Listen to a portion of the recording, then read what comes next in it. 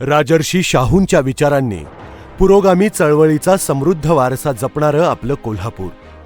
जात पात धर्म लिंग या भेदापलीकडे माणसाला फक्त माणूस म्हणून ओळखण्याची प्रेरणा माझं कोल्हापूर देतं. हा विचार म्हणजे केवळ एक चळवळ नाही, तर आपला स्वाभिमान जपणारा ज्वलंत इतिहास आहे.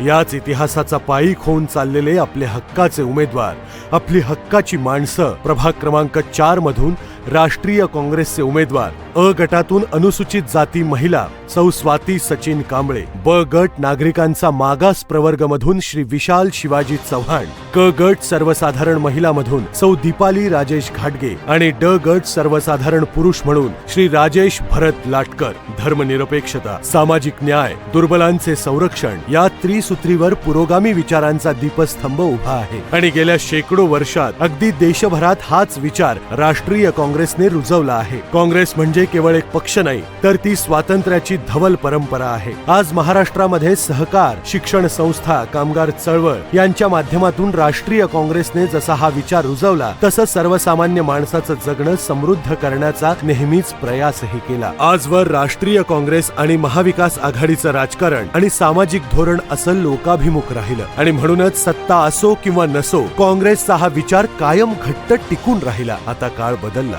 सत्तेसाठी घोडेबाजार करणारे लोक राजकारणात उतरले. यांच्याकडे कसलाही विचार नाही, यांचा कुठलाही पक्ष नाही. काल ते एका पक्षात होते तर आज दुसऱ्याच पक्षात. गवत्या सूर्याला नमस्कार करणाऱ्या या लोकांनी माणसा माणसात फूट पाडून स्वतःचे स्थान बळकट केले. त्यासाठी धार्मिक तेढ वाढवलं, जातीपातीचं राजकारण केलं आणि आपल्या कोल्हापूरची समृद्ध ओळख पुसून टाकण्याचं धोरण आखलं. पक्षांतर करणे आणि काहीही करून सत्तेत राहणे अशा लोकांची संस्कृती हो काय? यांच्या विचारांची बैठक काय? धर्म जातीचं राजकारण करून हिंसक वातावरण बनवून यांच्याकडून साध्य केलं काय जातं? केवळ खुर्चीसाठी सोकावलेले हे लोक किती लोकनिष्ठा बाळगत असतील? या अशा प्रश्नांना छेद देऊन आम्ही सत्याचा शोध घेतो, तेव्हा एकच आश्वासक सूर आम्हाला गवसतो, राष्ट्रीय काँग्रेस प्रणित महाविकास आघाडी. आम्हाला इथे लोकाभिमुख विचारांची परंपरा जपायची आहे. सहकार, शिक्षण आणि सामाजिक चळवळीचे विचारातून झुंज देणारे सन्माननीय नामदार सतेज उर्फ बंटी पाटील साहेबांसारखे नेतृत्व कोल्हापूर जिल्ह्याला लाभलंय. सत्तेसाठी विचारांची तडजोड नाही, स्वार्थासाठी कोलांट्या उड्या नाहीत. सत्तेच्या राजकारणात खूप दूर फेकले गेलो तरीही पक्षनिष्ठा सुटू देणार नाही, अशा विचारांचे खूप कमी नेते आज महाराष्ट्राच्या राजकारणात आहेत. त्यामध्ये सन्माननीय बंटी पाटील साहेब अग्रणी आहेत. आज जिथे अवघा देश पेटतोय, तिथे कोल्हापूर शांत आणि समृद्ध राहणं ही केवळ योगायोगाची बाब नाही, तर ती विचारांची शिस्त आहे. गोकुळची सत्ता, जिल्हा बँकेची सुवता आणि महानगरपालिकेतील समृद्ध परंपरा अशा प्रत्येक टप्प्यावर कोल्हापूरकरांनी हा अनुभव घेतलाय. हीच शिस्त,